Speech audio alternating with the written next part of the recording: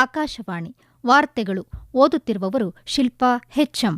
ಮುಖ್ಯಾಂಶಗಳು: ವಿರೋಧ ಪಕ್ಷದ 8 ಸದಸ್ಯರ ಅಮಾನತು ರದ್ದು, ನಿರ್ಣಯ ಅಂಗೀಕರಿಸಿದ ಲೋಕಸಭೆ. ಕೇಂದ್ರ ಬಜೆಟ್ನಲ್ಲಿ ಕೃಷಿ ವಲಯಕ್ಕೆ ಅನುದಾನ ಹೆಚ್ಚಳ, ಕೇಂದ್ರ ಸಚಿವ ಭಾಗೀರಥ್ ಚೌಧರಿ. ಪಶ್ಚಿಮ ಏಷ್ಯಾದಲ್ಲಿನ ಬಿಕ್ಕಟ್ಟಿನ ಹೊರತಾಗಿಯೂ ಭಾರತದ ಆರ್ಥಿಕ ಪರಿಸ್ಥಿತಿ ಸದೃಢವಾಗಿದೆ, ಸಚಿವ ಪಿಯೂಷ್ ಗೋಯಲ್. ಗಲ್ಫ್ ಪ್ರದೇಶದಲ್ಲಿ ಎಲ್ಲಾ ಭಾರತೀಯ ನಾವಿಕರು, ಹಡಗುಗಳು ಸುರಕ್ಷಿತವಾಗಿವೆ, ಕೇಂದ್ರ ಸರ್ಕಾರ. ವಾರ್ತೆಗಳ ವಿವರ. ವಿರೋಧ ಪಕ್ಷದ 8 ಸದಸ್ಯರ ಅಮಾನತನ್ನು ಲೋಕಸಭೆ ಇಂದು ರದ್ದುಗೊಳಿಸಿದೆ. ಈ ಸಂಬಂಧ ಮಂಡಿಸಲಾದ ಈ ನಿರ್ಣಯವನ್ನು ಸದನವು ಸರ್ವಾನುಮತದಿಂದ ಅಂಗೀಕರಿಸಿದ ನಂತರ ಈ ಕ್ರಮ ಕೈಗೊಳ್ಳಲಾಗಿದೆ. ಈ ಸಂಸದರ ಅಮಾನತನ್ನು ತಕ್ಷಣದಿಂದಲೇ ಜಾರಿಗೆ ತರುವಂತೆ ರದ್ದುಗೊಳಿಸುವ ಪ್ರಸ್ತಾವನೆಯನ್ನು ಕೇಂದ್ರ ಸಂಸದೀಯ ವ್ಯವಹಾರಗಳ ಸಚಿವ ಕಿರಣ್ ರಿಜಿಜು ಮಂಡಿಸಿದರು. ಅಮಾನತು ರದ್ದಾದ ಸಂಸದರಲ್ಲಿ ಕಾಂಗ್ರೆಸ್ನ ಮಾಣಿಕ್ಕಂ ಠಾಗೂರ್, ಅಮರಿಂದರ್ ಸಿಂಗ್ ರಾಜಾ, ಗುರ್ಜಿತ್ ಸಿಂಗ್, ಹಿಬಿ ಈಡನ್, ಡೀನ್ ಕುರಿಯಾಕೋಸ್, ಪ್ರಶಾಂತ್ ಪಡೋಲೆ ಮತ್ತು ಕಿರಣ್ ಕುಮಾರ್ ರೆಡ್ಡಿ ಹಾಗೂ ಸಿಪಿಎಂನ ಎಸ್ ವೆಂಕಟೇಶನ್ ಸೇರಿದ್ದಾರೆ. ಈ ವೇಳೆ ಲೋಕಸಭಾಧ್ಯಕ್ಷ ಓಂ ಬಿರ್ಲಾ ಮಾತನಾಡಿ, ನಿನ್ನೆ ನಡೆದ ಲೋಕಸಭೆಯ ವಿವಿಧ ಪಕ್ಷಗಳ ಮುಖಂಡರ ಸಭೆಯಲ್ಲಿ ಎಲ್ಲಾ ಪಕ್ಷಗಳು ಸಂಸತ್ತಿನ ಸಂಪ್ರದಾಯಗಳನ್ನು ಪಾಲಿಸುವುದರ ಜೊತೆಗೆ ಸದನದ ಘನತೆ ಮತ್ತು ಶಿಸ್ತನ್ನು ಎತ್ತಿ ಹಿಡಿಯುವ ತಮ್ಮ ಬದ್ಧತೆಯನ್ನು ಪುನರುಚ್ಚರಿಸಿವೆ ಎಂದು ತಿಳಿಸಿದರು. ಸಂಸತ್ತಿನ ಸಂಕೀರ್ಣದಲ್ಲಿ ಭಿತ್ತಿಚಿತ್ರಗಳು, ಬ್ಯಾನರ್ಗಳು, ಕೃತಕ ಬುದ್ಧಿ ಸೃಜಿತ ವಿಡಿಯೋಗಳು ಮತ್ತು ಚಿತ್ರಗಳನ್ನು ಪ್ರದರ್ಶಿಸದಂತೆ ಹಾಗೂ ಸದನದ ಘನತೆಯನ್ನು ಕಾಪಾಡುವಂತೆ ಅವರು ಸದಸ್ಯರಲ್ಲಿ ಮನವಿ ಮಾಡಿದರು. ಕೇಂದ್ರ ಸರ್ಕಾರ ಕೃಷಿ ಮತ್ತು ರೈತರ ಕಲ್ಯಾಣ ಇಲಾಖೆಯ ಬಜೆಟ್ ಹಂಚಿಕೆಯನ್ನು 2013-14ರಲ್ಲಿ 21,933 ಕೋಟಿ ರೂಪಾಯಿಗಳಿಂದ 2025-26ರಲ್ಲಿ 1,27,290 ಕೋಟಿ ರೂಪಾಯಿಗಳಿಗೆ ಹೆಚ್ಚಿಸಿದೆ ಎಂದು ಕೇಂದ್ರ ಕೃಷಿ ಮತ್ತು ರೈತರ ಕಲ್ಯಾಣ ಖಾತೆ ರಾಜ್ಯ ಸಚಿವ ಭಾಗೀರಥ್ ಚೌಧರಿ ತಿಳಿಸಿದ್ದಾರೆ. ಲೋಕಸಭೆಯಲ್ಲಿ ಇಂದು ಪ್ರಶ್ನೆಯೊಂದಕ್ಕೆ ಲಿಖಿತ ಉತ್ತರ ನೀಡಿದ ಅವರು, ಉತ್ಪಾದನೆ, ಲಾಭದಾಯಕ ಆದಾಯ ಮತ್ತು ಬೆಂಬಲವನ್ನು ಹೆಚ್ಚಿಸುವ ಮೂಲಕ ರೈತರ ಕಲ್ಯಾಣಕ್ಕಾಗಿ ಸರ್ಕಾರ ವಿವಿಧ ಯೋಜನೆಗಳನ್ನು ಪ್ರಾರಂಭಿಸಿದೆ ಎಂದರು. ಇದುವರೆಗೆ 9 ಲಕ್ಷ ಹೆಕ್ಟೇರ್ಗಳನ್ನು ಒಳಗೊಂಡ 18,825 ಕ್ಲಸ್ಟರ್ಗಳನ್ನು ರಚಿಸಲಾಗಿದೆ ಮತ್ತು 19 ಲಕ್ಷ ರೈತರ ನೋಂದಣಿಯನ್ನು ಮಾಡಲಾಗಿದೆ. ಉತ್ಪಾದನಾ ವೆಚ್ಚವನ್ನು ಲೆಕ್ಕಿಸದೆ ಯೂರಿಯಾವನ್ನು ಶಾಸನಬದ್ಧವಾಗಿ ಸೂಚಿಸಲಾದ ಗರಿಷ್ಠ ಚಿಲ್ಲರೆ ಬೆಲೆಯಲ್ಲಿ ರೈತರಿಗೆ ಒದಗಿಸಲಾಗಿದೆ ಎಂದು ಅವರು ತಿಳಿಸಿದರು. ಯುವಕರಿಗೆ ಕೃಷಿಯನ್ನು ಒಂದು ಕಾರ್ಯಸಾಧ್ಯವಾದ ವೃತ್ತಿ ಆಯ್ಕೆಯಾಗಿ ಉತ್ತೇಜಿಸಲು ಸರ್ಕಾರ ವಿವಿಧ ಉಪಕ್ರಮಗಳನ್ನು ತೆಗೆದುಕೊಂಡಿದೆ. ಭಾರತೀಯ ಕೃಷಿ ಸಂಶೋಧನಾ ಮಂಡಳಿ ದೇಶದ ಗ್ರಾಮೀಣ ಜಿಲ್ಲೆಗಳಲ್ಲಿ 731 ಕೃಷಿ ವಿಜ್ಞಾನ ಕೇಂದ್ರಗಳನ್ನು ಸ್ಥಾಪಿಸಿದೆ ಎಂದು ಸಚಿವ ಭಾಗೀರಥ್ ಚೌಧರಿ ಮಾಹಿತಿ ನೀಡಿದರು. ಪಶ್ಚಿಮ ಏಷ್ಯಾದಲ್ಲಿನ ಬಿಕ್ಕಟ್ಟಿನ ಹೊರತಾಗಿಯೂ ಭಾರತದ ಆರ್ಥಿಕ ಪರಿಸ್ಥಿತಿ ಸದೃಢವಾಗಿದೆ ಎಂದು ಕೇಂದ್ರ ವಾಣಿಜ್ಯ ಮತ್ತು ಕೈಗಾರಿಕಾ ಸಚಿವ ಪಿಯೂಷ್ ಗೋಯಲ್ ತಿಳಿಸಿದ್ದಾರೆ. ಲೋಕಸಭೆಯಲ್ಲಿ ಇಂದು ಪ್ರಶ್ನೋತ್ತರ ಅವಧಿಯಲ್ಲಿ ಪೂರಕ ಪ್ರಶ್ನೆಯೊಂದಕ್ಕೆ ಉತ್ತರಿಸಿದ ಅವರು, ಭಾರತದೊಂದಿಗೆ ವ್ಯಾಪಾರ ಸಂಬಂಧಗಳನ್ನು ಬಲಪಡಿಸಿಕೊಳ್ಳಲು ವಿಶ್ವದಾದ್ಯಂತ ಉತ್ಸಾಹ ಹೆಚ್ಚುತ್ತಿದೆ. ಕಳೆದ 3 ವರ್ಷಗಳಲ್ಲಿ 38 ದೇಶಗಳೊಂದಿಗೆ ವ್ಯಾಪಾರ ಒಪ್ಪಂದಗಳಿಗೆ ಸಹಿ ಹಾಕಲಾಗಿದ್ದು, ಇದು ರಫ್ತುದಾರರಿಗೆ ಹೆಚ್ಚಿನ ಅವಕಾಶಗಳನ್ನು ಒದಗಿಸಿದೆ ಎಂದು ಅವರು ಹೇಳಿದರು.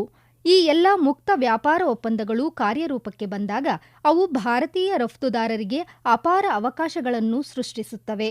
ಕಳೆದ ಫೆಬ್ರವರಿ ತಿಂಗಳವರೆಗೆ ಭಾರತದ ಸರಕು ರಫ್ತು ಸ್ಥಿರವಾಗಿರುತ್ತೆ ಹೊರತು ಕುಸಿತ ಕಂಡಿಲ್ಲ ಎಂದು ಸಚಿವ ಪಿಯೂಷ್ ಗೋಯಲ್ ಸ್ಪಷ್ಟಪಡಿಸಿದರು. ಮಹಾತ್ಮ ಗಾಂಧಿ ರಾಷ್ಟ್ರೀಯ ಗ್ರಾಮೀಣ ಉದ್ಯೋಗ ಖಾತರಿ ಯೋಜನೆಯನ್ನು Viksit Bharat guarantee for Rozgar and Aajeevika mission Viksit Bharat G ಎಂದು ಮರುನಾಮಕರಣ ಮಾಡಿದ್ದನ್ನು ಕೇಂದ್ರ ಗ್ರಾಮೀಣಾಭಿವೃದ್ಧಿ ಸಚಿವ ಶಿವರಾಜ್ ಸಿಂಗ್ ಚೌಹಾಣ್ ಸಮರ್ಥಿಸಿಕೊಂಡಿದ್ದಾರೆ. ರಾಜ್ಯಸಭೆಯಲ್ಲಿಂದು ಗ್ರಾಮೀಣಾಭಿವೃದ್ಧಿ ಸಚಿವಾಲಯದ ಕಾರ್ಯವೈಖರಿ ಕುರಿತು ಉತ್ತರಿಸಿದ ಸಚಿವರು, ಯುಪಿಎ ಆಡಳಿತಕ್ಕೆ ಹೋಲಿಸಿದರೆ ಎನ್ಡಿಎ ಆಡಳಿತದಲ್ಲಿ ಈ ಯೋಜನೆ ಅತ್ಯುತ್ತಮವಾಗಿ ಜಾರಿಯಾಗುತ್ತಿದೆ ಎಂದು ಹೇಳಿದರು. 2006-7 ಇಂದ 2014ರವರೆಗೆ ಯುಪಿಎ ಸರ್ಕಾರ ಈ ಯೋಜನೆಗಾಗಿ 2,12,409 ಕೋಟಿ ರೂಪಾಯಿಗಳನ್ನು ಖರ್ಚು ಮಾಡಿದೆ.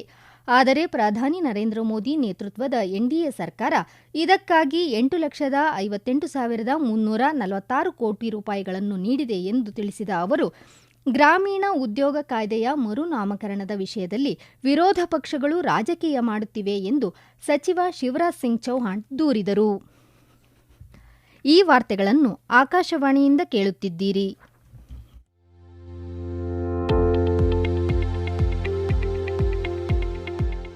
ನಮ್ಮ ಎಲ್ಲ ರಾಷ್ಟ್ರೀಯ ವಾರ್ತೆಗಳು ಹಾಗೂ ಪ್ರದೇಶ ಸಮಾಚಾರ ಈಗ ಆಕಾಶವಾಣಿ ನ್ಯೂಸ್ ಕನ್ನಡ ಯೂಟ್ಯೂಬ್ ಚಾನೆಲ್ನಲ್ಲಿ ಲಭ್ಯ.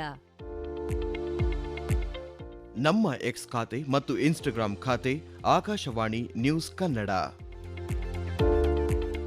ಹೆಚ್ಚಿನ ಮಾಹಿತಿಗಾಗಿ ನಮ್ಮ ಫೇಸ್ಬುಕ್ ಖಾತೆ ಆಕಾಶವಾಣಿ ವಾರ್ತೆ ಕನ್ನಡವನ್ನು ಅನುಸರಿಸಿ. ಮಾಹಿತಿಗಳ ಹೂರಣ, ವಾರದ ಕಾರ್ಯಕ್ರಮ ಪ್ರಚಲಿತ ವಿದ್ಯಮಾನ ಪ್ರತಿ ಬುಧವಾರ ರಾತ್ರಿ 9:15 ಗಲ್ಫ್ ಪ್ರದೇಶದಲ್ಲಿ ಎಲ್ಲಾ ಭಾರತೀಯ ನಾವಿಕರು ಮತ್ತು ಹಡಗುಗಳು ಸುರಕ್ಷಿತವಾಗಿವೆ ಎಂದು ಬಂದರು, ಹಡಗು ಸಾಗಣೆ ಮತ್ತು ಜಲಮಾರ್ಗಗಳ ಸಚಿವಾಲಯದ ವಿಶೇಷ ಕಾರ್ಯದರ್ಶಿ ರಾಜೇಶ್ ಕುಮಾರ್ ಸಿನ್ಹಾ ತಿಳಿಸಿದ್ದಾರೆ. ನವದೆಹಲಿಯಲ್ಲಿಂದು ಪತ್ರಿಕಾಗೋಷ್ಠಿ ಉದ್ದೇಶಿಸಿ ಮಾತನಾಡಿದ ಅವರು, ಕಳೆದ 24 ಗಂಟೆಗಳಲ್ಲಿ ಗಲ್ಫ್ ಪ್ರದೇಶದಿಂದ 161 ಭಾರತೀಯ ನಾವಿಕರು ಮರಳಿದ್ದಾರೆ. ಎರಡನೇ ಎಲ್ಪಿಜಿ ವಾಹಕ ನಂದಾದೇವಿ ಇಂದು ಬೆಳಗಿನ ಜಾವ 2:30 ಸುಮಾರಿಗೆ ಗುಜರಾತ್ನ ಕಾಂಡ್ಲಾ ಬಂದರು ತಲುಪಿದ್ದು, ಈಗ ಎಲ್ಪಿಜಿ ವಾಹಕ ನಂದಾದೇವಿ ಮತ್ತು ಶಿವಾಲಿಕ್ನಿಂದ ಸರಕುಗಳನ್ನು ಬಿಡುಗಡೆ ಮಾಡಲಾಗುತ್ತಿದೆ ಎಂದು ಮಾಹಿತಿ ನೀಡಿದರು. ಪೆಟ್ರೋಲಿಯಂ ಮತ್ತು ನೈಸರ್ಗಿಕ ಅನಿಲ ಸಚಿವಾಲಯದ ಜಂಟಿ ಕಾರ್ಯದರ್ಶಿ ಸುಜಾತಾ ಶರ್ಮಾ ಮಾತನಾಡಿ, ದೇಶಾದ್ಯಂತ ಪೆಟ್ರೋಲ್ ಮತ್ತು ಡೀಸೆಲ್ ಸಾಕಷ್ಟು ಪ್ರಮಾಣದಲ್ಲಿ ಲಭ್ಯವಿದೆ. ವಾಣಿಜ್ಯ ಎಲ್ಪಿಜಿ ಗ್ರಾಹಕರು ಪಿಎನ್ಜಿಗೆ ವರ್ಗವಾಗುವ ನಿಟ್ಟಿನಲ್ಲಿ ಪ್ರೋತ್ಸಾಹಿಸಲು ಸರ್ಕಾರ ಪ್ರಯತ್ನಗಳನ್ನು ಮಾಡುತ್ತಿದೆ ಎಂದು ಹೇಳಿದರು. ಅನಿಲ ಕೊಳವೆ ಮಾರ್ಗಕ್ಕೆ ಬಾಕಿ ಇರುವ ಅನುಮತಿಗಳಿಗೆ ಅನುಮೋದನೆ ನೀಡುವಂತೆ ಮತ್ತು ಹೊಸ ಅರ್ಜಿಗಳನ್ನು 24 ಗಂಟೆಗಳ ಒಳಗೆ ಅನುಮೋದಿಸುವಂತೆ ವಿನಂತಿಸಿ ಕೇಂದ್ರ ಸರ್ಕಾರ ಎಲ್ಲ ರಾಜ್ಯ ಸರ್ಕಾರಗಳು ಮತ್ತು ಕೇಂದ್ರಾಡಳಿತ ಪ್ರದೇಶಗಳಿಗೆ ಪತ್ರ ಬರೆದಿದೆ ಎಂದು ಅವರು ತಿಳಿಸಿದರು. ಇರಾನ್ನಲ್ಲಿ ಕಳೆದ ರಾತ್ರಿ ಇಸ್ರೇಲ್ ನಡೆಸಿದ ವೈಮಾನಿಕ ದಾಳಿಯಲ್ಲಿ ಇರಾನ್ನ ಭದ್ರತಾ ಮುಖ್ಯಸ್ಥ ಅಲಿ ಲಾರಿಜಾನಿ ಸಾವನ್ನಪ್ಪಿದ್ದಾರೆ ಎಂದು ಇಸ್ರೇಲ್ ರಕ್ಷಣಾ ಸಚಿವ ಇಸ್ರೇಲ್ ಕಾಟ್ಜ್ ತಿಳಿಸಿದ್ದಾರೆ. ಆದರೆ ಈ ಬಗ್ಗೆ ಇರಾನ್ ಯಾವುದೇ ಪ್ರತಿಕ್ರಿಯೆ ನೀಡಿಲ್ಲ.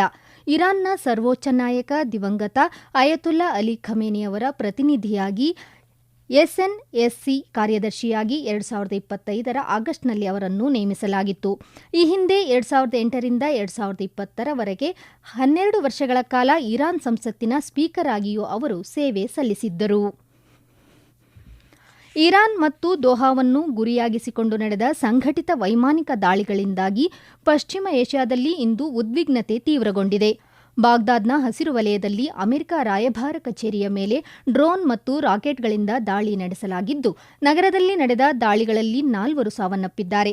ಮೃತರಲ್ಲಿ ಇರಾನ್ನ ಸಲಹೆಗಾರರು ಸೇರಿದ್ದಾರೆ. ಕತೈಬ್ ಹೆಜ್ಬುಲ್ಲಾದ ಅಬು ಅಲಿ ಅಲ್ ಅಸ್ಕರಿ ಹತ್ಯೆಯ ಬೆನ್ನಲ್ಲೇ ಈ ದಾಳಿಗಳು ನಡೆದಿವೆ.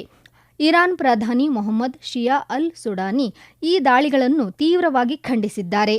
ಇದೇ ವೇಳೆ 14 ಬ್ಯಾಲಿಸ್ಟಿಕ್ ಕ್ಷಿಪಣಿಗಳು ಮತ್ತು ಹಲವಾರು ಡ್ರೋನ್ಗಳಿಂದ ಇರಾನ್ ದಾಳಿ ನಡೆಸಿದ ನಂತರ ಕತಾರ್ ತನ್ನ ರಾಜಧಾನಿ ದೋಹಾದಲ್ಲಿ ವಾಯು ರಕ್ಷಣಾ ವ್ಯವಸ್ಥೆಯನ್ನು ಸಕ್ರಿಯಗೊಳಿಸಿದೆ. ಕಾಬೂಲ್ನಲ್ಲಿ ಪಾಕಿಸ್ತಾನ ನಡೆಸಿದ ವೈಮಾನಿಕ ದಾಳಿಗೆ ತೀವ್ರವಾಗಿ ಪ್ರತ್ಯುತ್ತರ ನೀಡುವುದಾಗಿ ಅಫ್ಘಾನಿಸ್ತಾನ ಎಚ್ಚರಿಸಿದೆ. ಅಫ್ಘಾನಿಸ್ತಾನದ ಆಂತರಿಕ ಸಚಿವಾಲಯದ ವಕ್ತಾರ ಅಬ್ದುಲ್ ಮತಿನ್ ಮಾತನಾಡಿ, ಪಾಕಿಸ್ತಾನದ ಇತ್ತೀಚಿನ ದಾಳಿಯನ್ನು ಅಫ್ಘಾನಿಸ್ತಾನವು ಗಂಭೀರವಾಗಿ ಪರಿಗಣಿಸಿದೆ. ಇಂತಹ ದಾಳಿಗಳಿಗೆ ಸೂಕ್ತ ಪ್ರತ್ಯುತ್ತರ ನೀಡದೆ ಸುಮ್ಮನಿರುವುದಿಲ್ಲ. ಈ ದಾಳಿಗಳು ದೇಶದ ಸಾರ್ವಭೌಮತ್ವದ ಸ್ಪಷ್ಟ ಉಲ್ಲಂಘನೆ ಎಂದು ಹೇಳಿದ್ದಾರೆ. ಈಗ ಕೊನೆಯಲ್ಲಿ ಮತ್ತೊಮ್ಮೆ ಮುಖ್ಯಾಂಶಗಳು. ವಿರೋಧ ಪಕ್ಷದ 8 ಸದಸ್ಯರ ಅಮಾನತು ರದ್ದು, ನಿರ್ಣಯ ಅಂಗೀಕರಿಸಿದ ಲೋಕಸಭೆ. ಕೇಂದ್ರ ಬಜೆಟ್ನಲ್ಲಿ ಕೃಷಿ ವಲಯಕ್ಕೆ ಅನುದಾನ ಹೆಚ್ಚಳ, ಕೇಂದ್ರ ಸಚಿವ ಭಾಗೀರಥ್ ಚೌಧರಿ. ಪಶ್ಚಿಮ ಏಷ್ಯಾದ ಬಿಕ್ಕಟ್ಟಿನ ಹೊರತಾಗಿಯೂ ಭಾರತದ ಆರ್ಥಿಕ ಪರಿಸ್ಥಿತಿ ಸದೃಢವಾಗಿದೆ, ಸಚಿವ ಪಿಯೂಷ್ ಗೋಯಲ್. ಗಲ್ಫ್ ಪ್ರದೇಶದಲ್ಲಿ ಎಲ್ಲಾ ಭಾರತೀಯ ನಾವಿಕರು, ಹಡಗುಗಳು ಸುರಕ್ಷಿತವಾಗಿವೆ, ಕೇಂದ್ರ ಸರ್ಕಾರ. ಇಲ್ಲಿಗೆ ವಾರ್ತಾ ಪ್ರಸಾರ ಮುಕ್ತಾಯವಾಯಿತು. ನಮ್ಮ ಮುಂದಿನ ವಾರ್ತಾ ಪ್ರಸಾರ ನಾಳೆ ಬೆಳಗ್ಗೆ 7:05